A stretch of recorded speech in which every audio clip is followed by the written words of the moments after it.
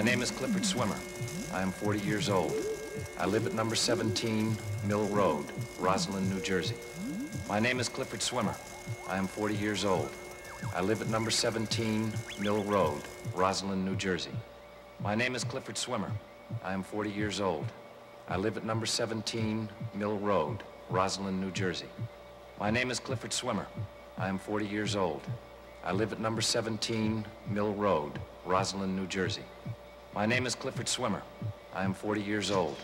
I live at number 17 Mill Road, Roslyn, New Jersey. My name is Clifford Swimmer. I am 40 years old. I live at number 17 Mill Road, Roslyn, New Jersey. My name is Clifford Swimmer. I am 40 years old. I live at number 17 Mill Road, Roslyn, New Jersey. Take it easy, Mr. Swimmer. Take it easy. I've been coming here for months, telling you my problems, talking into that dumb machine. I owe you $50 a session, Doctor, and nothing is happening. Nothing. The money is not important to me, Mr. Swimmer, and something is happening. Yeah? What?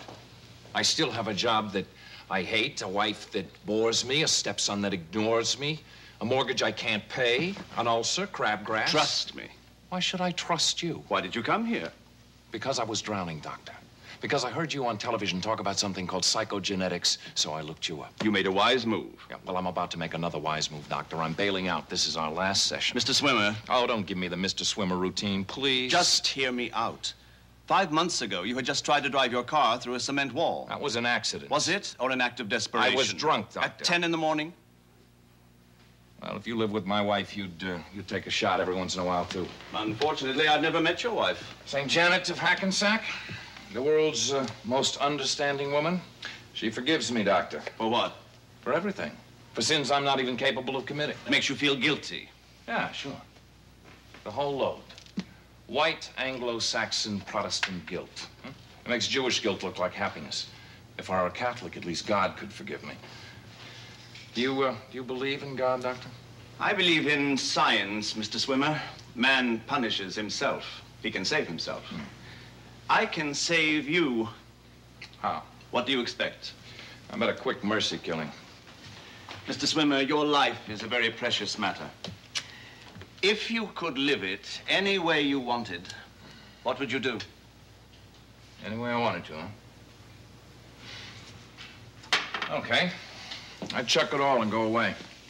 Buy myself a big, old, beautiful sailboat and settle down in the Caribbean. Take on an occasional charter or two and live the kind of life my body was made for. Alone? Oh, no, Doctor. Not alone. You have someone in mind? Indeed, I do. Ah, who would that be? Her name? Madeline Rivers. She's a promotion writer at the network. She's bright, she's witty, and she's got a figure like an hourglass with 2 extra hours of sand.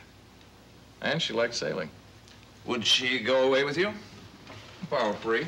Why not just get a divorce? Doctor, divorce is even more expensive than marriage. I make $20,000 a year. I'm mortgaged up to my hips. I'm married to a woman who is so dependent on me that she would stop breathing if I okayed it.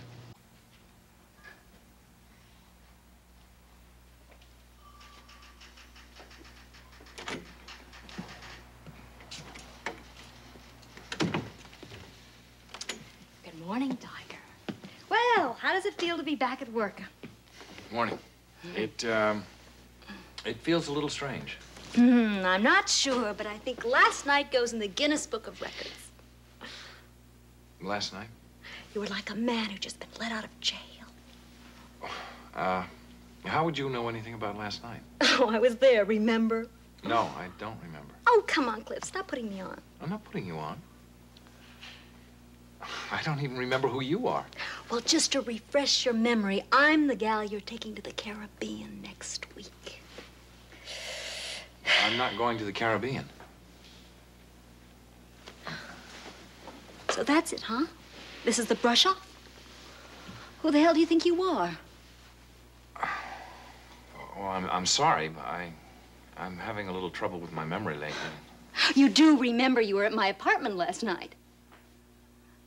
Well, we made a lot of promises, Cliff, and I meant what I said, and I hope you did too, because if you're playing me for a fool, I'll go right up to Suburbia and I'll blow that little marriage of yours right out of the water.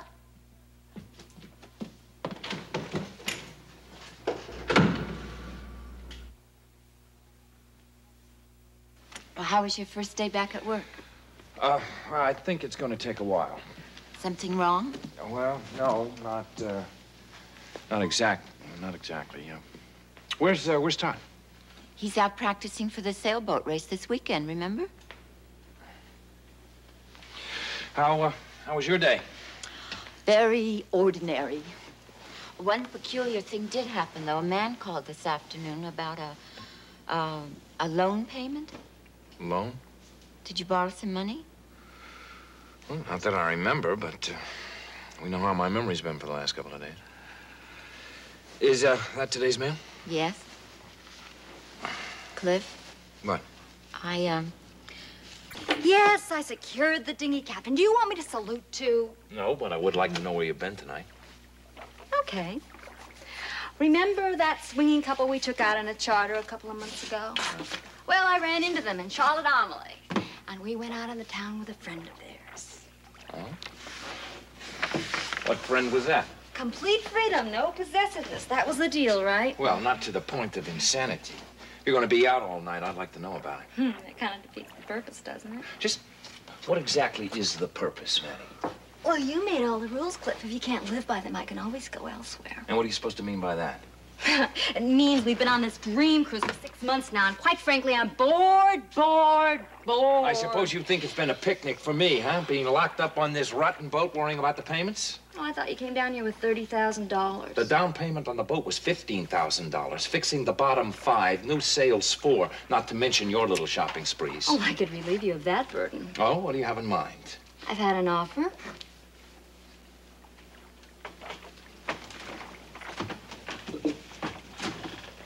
Oh, come on. Do you have to get sodded? Maybe.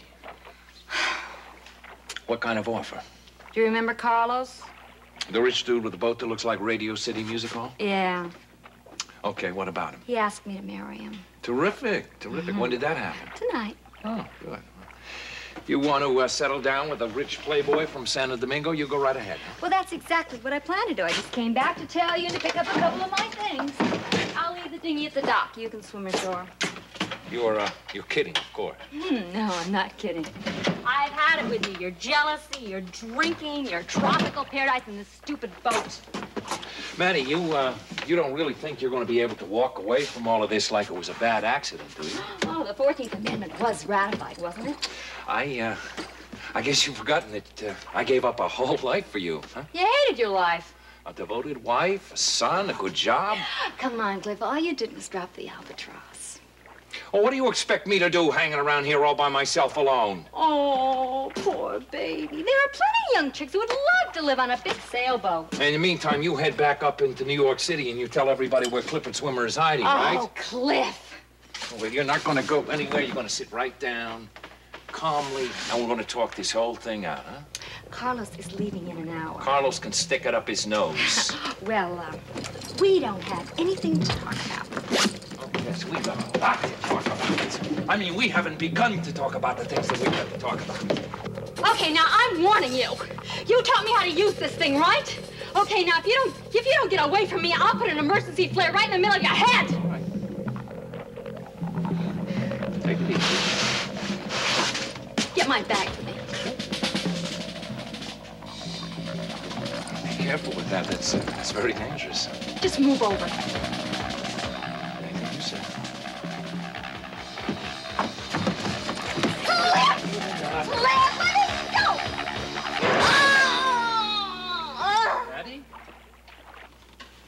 Mattie? Mattie? Oh, my God.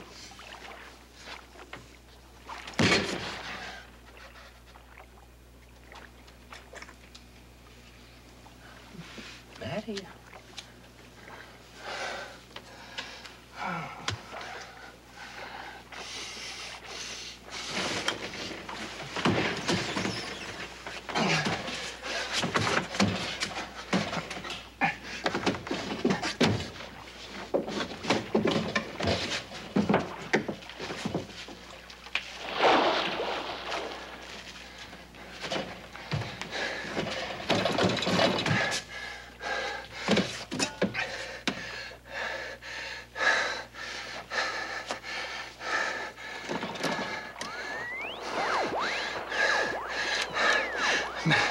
Mayday.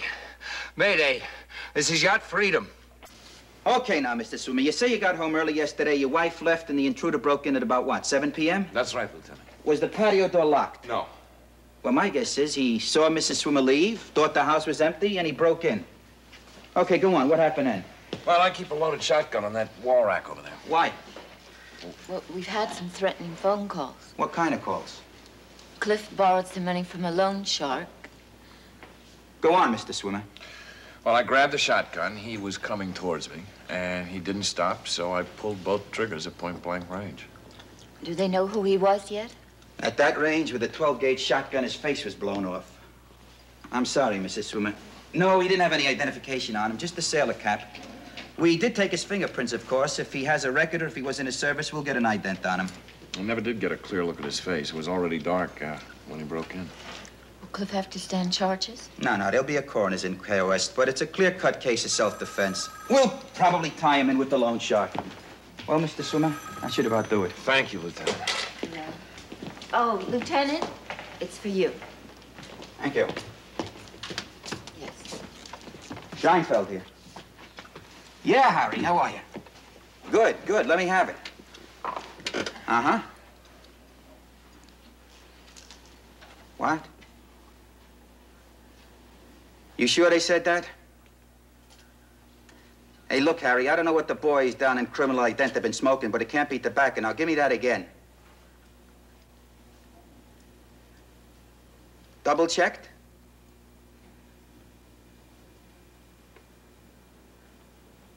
Okay, Harry.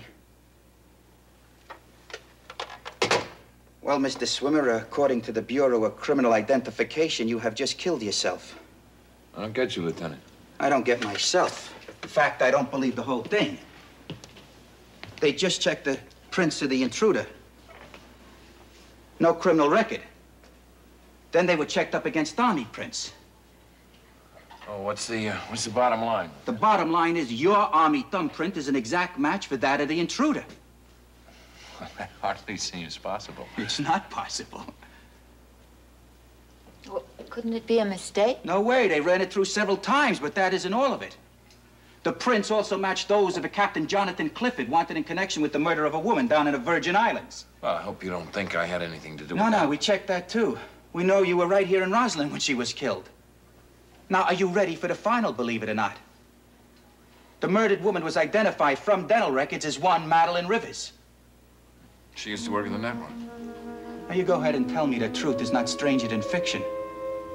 You knew her. Oh, yeah. She was in my department. It's too bad. She was a pretty lady.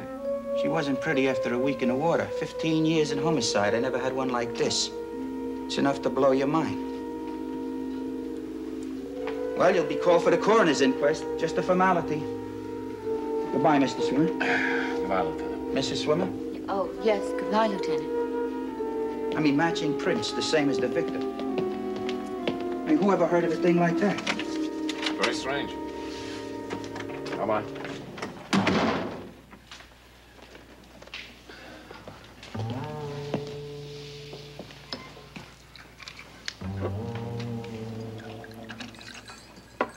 What are you staring at?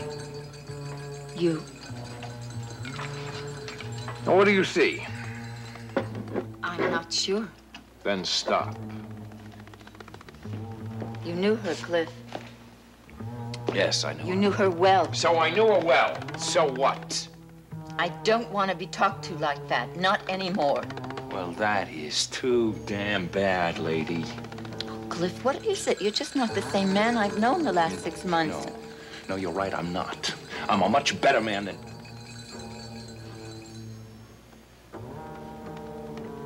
I'm gonna go get a drink someplace where you can't stare at me and I don't...